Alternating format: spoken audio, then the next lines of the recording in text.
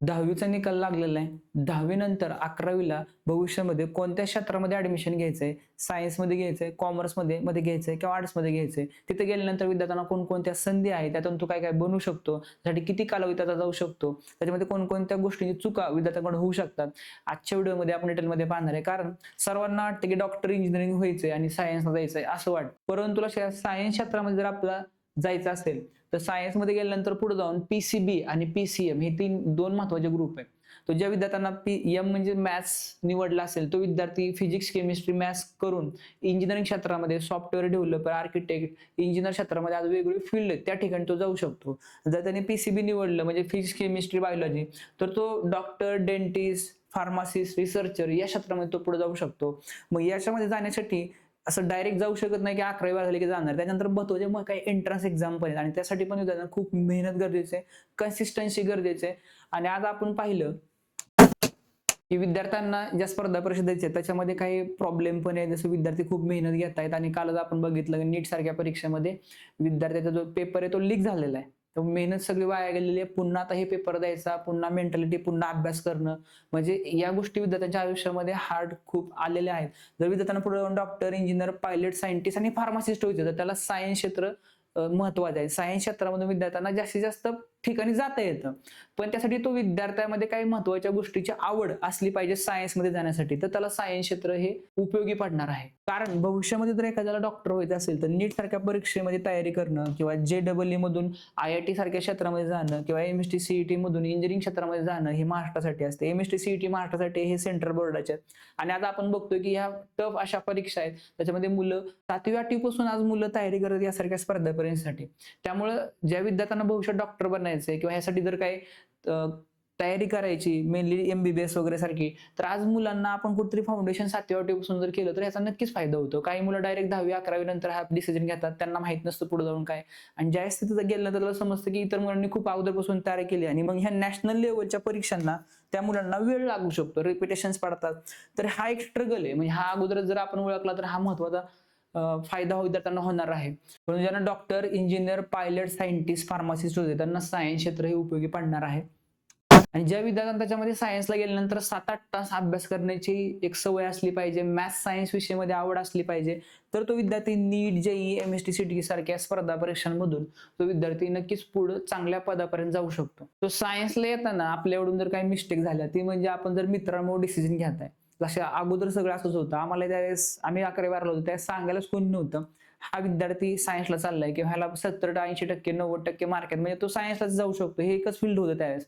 जास्त हुशार आहे, जास्त मार्क चांगले तो सायन्सला जाणार म्हणजे हा चाललाय आपण पण चाललोय.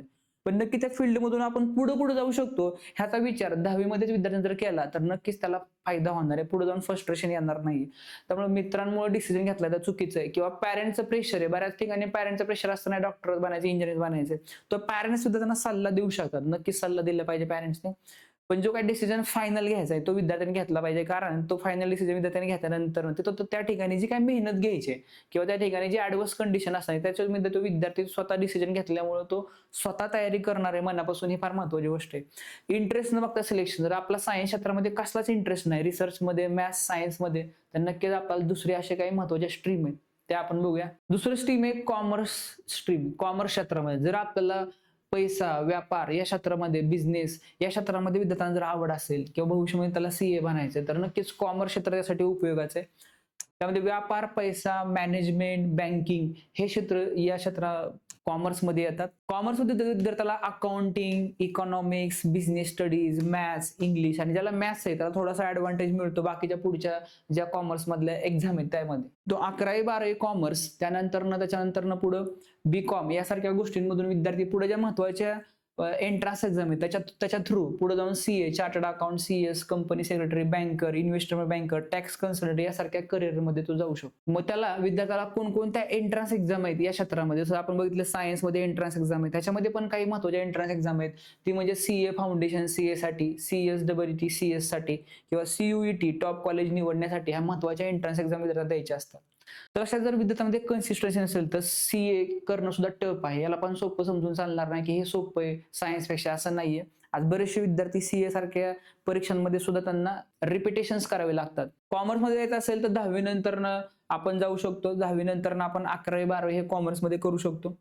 11वी 12वी केल्यानंतर पुढे जाऊन बीकॉम, बीबीए, एमबीए किंवा सीए, सीएस यासारख्या क्षेत्रांमध्ये आपण जाऊ शकतो. याच्या काय मध्ये महत्वाच्या चूक आहे. जर कॉमर्समध्ये जायचं असेल तर महत्वाचं म्हणजे सायन्स कठीण आहे म्हणून आपण कॉमर्सला जात आहे, तर ही चुकीचा निर्णय.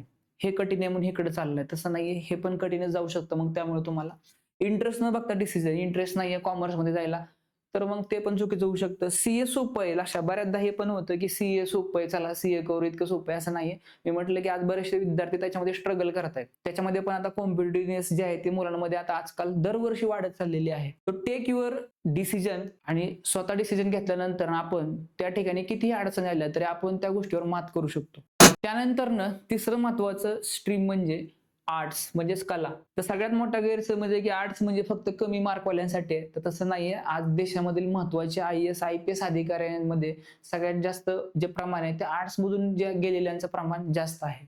तो ज्या विद्यार्थ्यांना समाज, इतिहास, भाषा आणि जे काही त्यांच्यामध्ये क्रिएटिव्हिटी असेल तर अशा विद्यार्थ्यांसाठी आर्ट हे बेस्ट आहे. भविष्यामध्ये जाऊन त्यांचं UPSC MPSC या स्पर्धा परीक्षांचे जे फाउंडेशन आहे ते पण आर्ट्स या क्षेत्रामध्ये जास्त तयार होतं. कारण विद्यार्थ्यांना इतिहास, भूगोल, राज्यशास्त्र, समाजशास्त्र, मानसशास्त्र आणि भाषा या विषयानं हे विषय त्यांना आर्ट्समध्ये असतात. तर आर्ट्स मधून विद्यार्थी हा IAS IPS क्षेत्रामध्ये तो एक्झाम मधून जाणारे lawyer, journalist, psychologist, teacher, designer यासारख्या क्षेत्रामध्ये करिअर करू शकतो. तो आर्ट क्षेत्रामधून विद्यार्थ्याला भविष्यामध्ये जे UPSC MPSC आहे, तर UPSC म्हणजे सिव्हिल सर्व्हिस, IAS IPS सारख्या स्पर्धा परीक्षांमधून तो पुढे जाऊ शकतो. MPSC मधून जाऊ शकतो किंवा MST CT लॉ ही वकिलीसाठी जे काही एंट्रन्स आहे ते अशा एंट्रन्स देऊन तो भविष्यामध्ये स्पर्धा परीक्षांमध्ये जाऊ शकतो. पण अशा यासाठी कन्सिस्टन्सी आणि पेशन्स फार महत्वाचे आहेत. आज अशी पण बरीच उदाहरणे आहेत की जे स्पर्धा परीक्षेची तयारी करत आहेत आणि त्यांचं रिपिटेशन्स किंवा जास्त त्याच्यामध्ये वेळ वाया जात आहे. त्यासाठी कारण त्याच्यामध्ये पण कॉम्पिटिशन वाढलेलं आहे. त्यामुळे ज्या विद्यार्थ्यांमध्ये पेशन्स आणि कन्सिस्टन्सी आहे ते विद्यार्थी याच्यामध्ये निभाव लागू शकतात. त्यामुळे जर आपला आर्टला असेल 10वी नंतर आपण 11वी 12वी आर्ट्स करून BA करू शकता. BA नंतर पुढे जाऊन आपण मास्टर्स MA करू शकतो किंवा त्यानंतर UPSC MPSC यासारख्या स्पर्धा परीक्षांमधून आपण करिअर करू शकतो. तो अशा प्रकारे आर्ट जे आहे ते पण त्याच्यामध्ये विद्यार्थी जाऊ शकतो जर त्याला या सगळ्या गोष्टींमध्ये आवड असेल तर. आणि भविष्यामध्ये स्पर्धा परीक्षांसाठी त्याला मेहनत करणे आणि संयम ठेवणे हे फार महत्वाची गोष्ट त्यासाठी असू शकते. तो काय महत्वाचे गैरसमज आहे ते म्हणजे आर्ट्स घेतलं म्हणजे अभ्यास नाही, तर असं नाहीये. जे विद्यार्थ्यांना स्पर्धा परीक्षा भविष्यात द्यायची आर्ट्स घेऊन तर त्यांना त्याच्यामध्ये सखोल अभ्यास असणं आवश्यक आहे. नुसतं पाठांतर असून उपयोग नाहीये. आज विद्यार्थ्यांमध्ये खूप कॉम्पिटिशन झालेलं आहे. UPSC असेल MPSC असेल, ज्या विद्यार्थ्याचा सखोल अभ्यास असतो तो विद्यार्थी त्याच्यामध्ये पुढे जाऊ शकतो. कमी मार्क्स म्हणजे असं पण राहिलेलं नाहीये.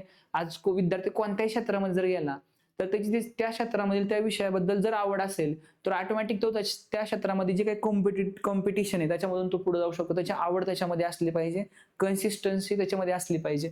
तर करिअर नाही असं गैरसमज, तो करिअर नाही असं वाटतं आर्ट मध्ये काय आजकाल काय ठेवले असं नाही.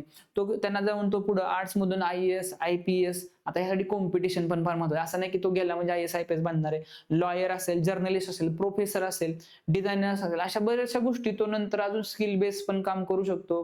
त्यात टीचर आहे त्याच्यासाठी वेगळे अजून एंट्रन्स एक्झाम आहेत. ह्या सर्व गोष्टी आपण डिटेलमध्ये पाहणार आहे. त्यामुळे आपण पुढच्या व्हिडिओमध्ये डिफेन्स क्षेत्रामध्ये ज्यांना जायचंय, सर मला डिफेन्स मध्ये जायचंय, तर 12वी नंतर कसं आपण जाऊ शकतो किंवा डिग्री नंतर कोणकोणत्या संधी आहेत ह्या सर्व गोष्टी बघणार आहेत.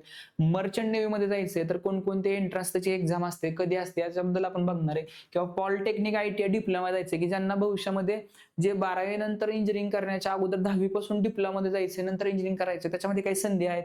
त्यांना स्किल बेस्ड कोर्सेस म्हणजे त्या काही असे विद्यार्थी की आज 10वी मोस्टली 12वी नंतर स्किल बेस्ड काही कोर्सेस करत आहेत आणि डायरेक्टली जॉबला सुरुवात करतात आणि ते पण चांगल्या प्रकारे करिअर करत आहेत. कारण आज स्किलला महत्व आहे. तो अशा प्रकारे ह्या सर्व गोष्टींबद्दलचा डिटेल व्हिडिओ आपण पुढच्या व्हिडिओमध्ये ही सर्व माहिती पाहणार आहे.